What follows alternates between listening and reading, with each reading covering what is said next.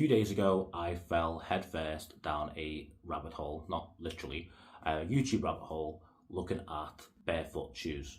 Yeah, a little bit of a curveball there, not the most interesting topic, not something that would keep most people up all night, but there I was, 3 AM, looking at barefoot shoes online.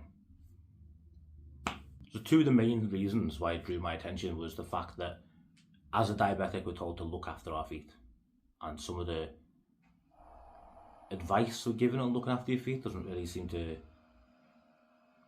go with the flow of the mainstream. Like everyone wants like a nice tight fitted pair of shoes, pointed, cushioned. Whereas for a diabetic, you're told like a firm or firmer sole. Go and told when I was young to go a half size up. So if you're a 6, go for a 6.5. If you're 8, go for 8.5. And that was the general advice. So the ordinary shoe market doesn't seem to coincide with what, quote unquote, looking after your feet.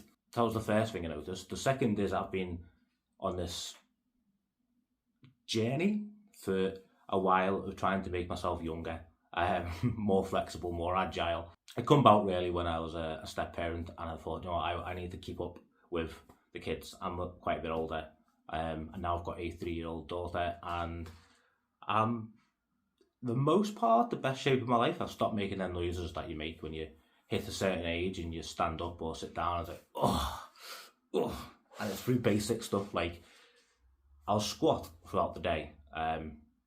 I'll sit on the floor instead of on a cushioned sofa like I am now. Not all the time, of course. You know, sometimes you just want to get comfy on the couch, but most of the time I will sit on the floor.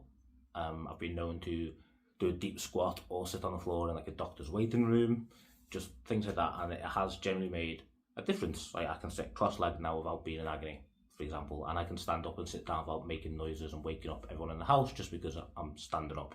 Anyway, on the back of that YouTube binge, I've got my first pair of barefoot shoes. I actually went for some Xeros with an X. I got them from eBay because what I had noticed, a lot of people have bought into barefoot shoes, but because they don't fit the stereotypical good-looking designer shoe, don't wear them. So I thought, eBay, probably a good place to start. As it turns out, there was a few pairs on there in my size, so here they are. Honestly, I haven't got money coming out my ears. Is a bit tight. I don't want to spend £80, £100 on a pair of shoes that I've never actually seen in person, just for some ungodly known reason, even though these shoes are taken off astronomically. Finding a pair of barefoot shoes in a store to try on was seemingly impossible. So, eBay, what a winner. Let's have a look, see what we've got. Obviously, I don't know why I'm doing an unboxing video, because naturally they're not going to go like this if you buy them from the store.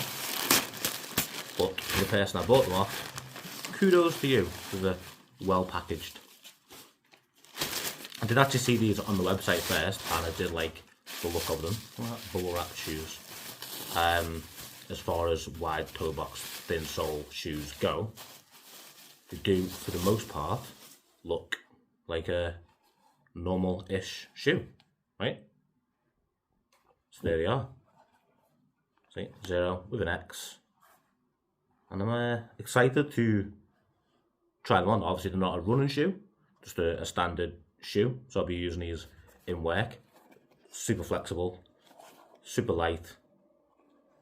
Not as light as I thought they were going to be though. The sole is a bit heavy, but again, that wide toe box there to give your toes room to move. Obviously, I've got no socks on and I've got joggers on, so they're not going to look ideal like this. Probably better with a pair of jeans, but they're not getting changed just for the sake of a video. And all in all, not bad actually.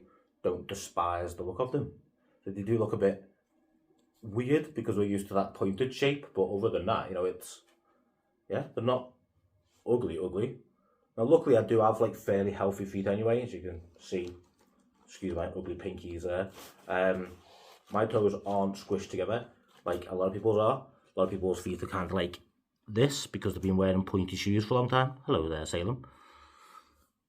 But because I do spend like all the time in my house barefoot, like I get through the door and there's shoes and socks off Something I do get told off by the diabetes nurse for, but hey ho, I prefer to be barefoot, and the science has come out that I'm not wrong in preferring to be barefoot. So I do have pretty healthy feet anyway, but now they should be healthier because I'm not putting uncomfortable prisons on my feet for 12 hours a day.